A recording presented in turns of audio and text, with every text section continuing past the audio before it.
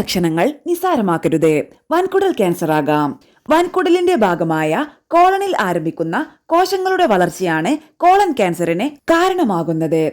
ലോകമാകെ അർബുദം ബാധിച്ചുള്ള മരണങ്ങളിൽ രണ്ടാമതാണ് കുടലിലെ അർബുദം.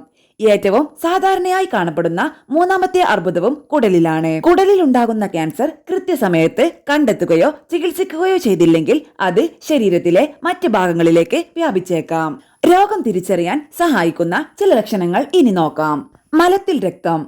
ചുവപ്പ് നിറത്തിലോ കറുത്ത് ടാർ പോലെയുള്ളതോ ആയ മലം വൻകുടലിലെ രക്തസ്രാവത്തിന്റെ സൂചനയാകാൻ സാധ്യതയുണ്ട്.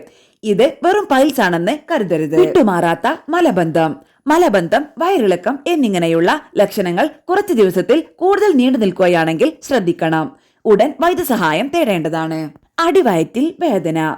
പ്രത്യേകിച്ച് കാരണമില്ലാതെ കൂടെ ഉണ്ടാകുന്ന വയർവീർപ്പ്, കോച്ചിപ്പിടുത്തം അല്ലെങ്കിൽ വയറുവേദന എന്നിവയ്ക്ക് വൈദ്യപരിശോധന ആവശ്യമാണ്. ശരീരഭാരം കുറയുന്നത്.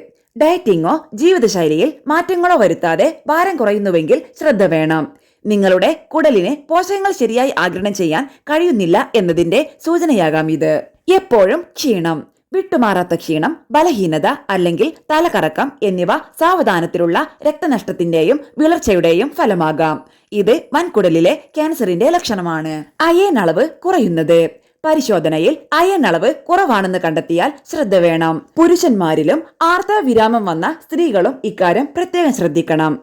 മലവിസർജനം പൂർണ്ണമായില്ലെന്ന തോന്നൽ. മലവിസർജനത്തിന് ശേഷവും പൂർത്തിയായില്ല എന്ന് തോന്നുന്നുവെങ്കിൽ അത് കുടലിലെ തടസ്സത്തെയോ മുഴയുടെ വളർച്ചയെയോ സൂചിപ്പിക്കുന്നതാകാം. കുടുംബപരമായ പാരമ്പര്യം. അടുത്ത ബന്ധുക്കൾക്ക് വൻകുടലിൽ അർബുദം ഉണ്ടായിട്ടുണ്ടെങ്കിൽ നിങ്ങൾക്കും രോഗം വരാനുള്ള സാധ്യത കൂടുതലാണ്. അതിനാൽ രോഗലക്ഷണങ്ങൾ കണ്ടു തുടങ്ങിയാൽ പരിശോധനകൾ വൈകിപ്പിക്കരുത്.